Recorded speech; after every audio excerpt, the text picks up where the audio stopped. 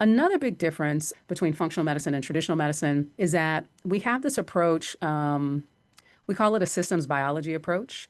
And it's really the idea of recognizing how all the different systems are connected. So, in our current traditional medical system, medicine is practiced kind of in what we would call like silos. If you think about those big silos that hold grain, so there's rheumatology and dermatology and gastroenterology and immunology and gynecology and oncology and hematology. That's a lot of ologies as it relates to medicine. And all of these people are great experts in what they do.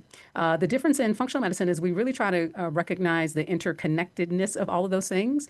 And what's really cool, a lot of us wellness practices will use sort of a tree as a representation of functional medicine as well. And I want you to think about it this way. So you'll see the roots often in the picture, and then you'll see the tree and the branches and the leaves.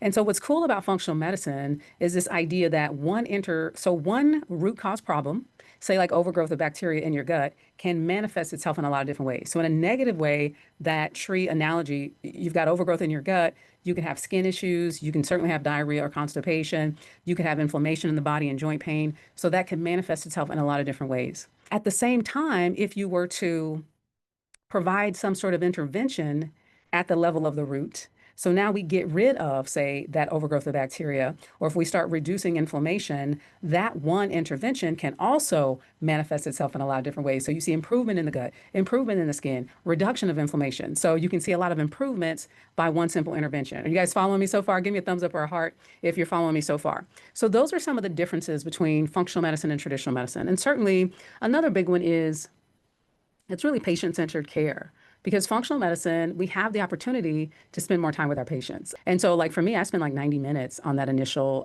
meeting. And so you're not likely going to get that in the traditional world.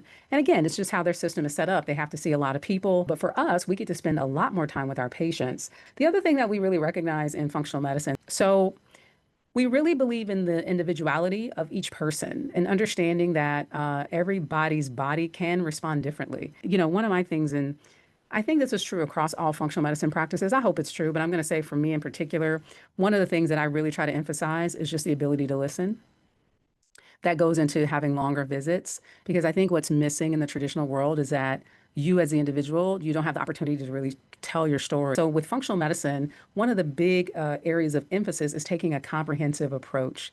And so we really believe that the way you tap into your body's divine design is by taking a comprehensive approach. So you can't address hormones and not address your nutrition, or you can't address nutrition and not address your sleep. And the other thing that I think is really big that I talk a lot about is that your mental, your spiritual, and your emotional well-being is an important part of your healing journey. So functional medicine is about getting to the root cause. I want to remind you to be encouraged today. I want to encourage you in the idea that your body is divinely designed and has a great capacity to heal. We just need to understand better how to give the body what it needs. You guys have an amazing day.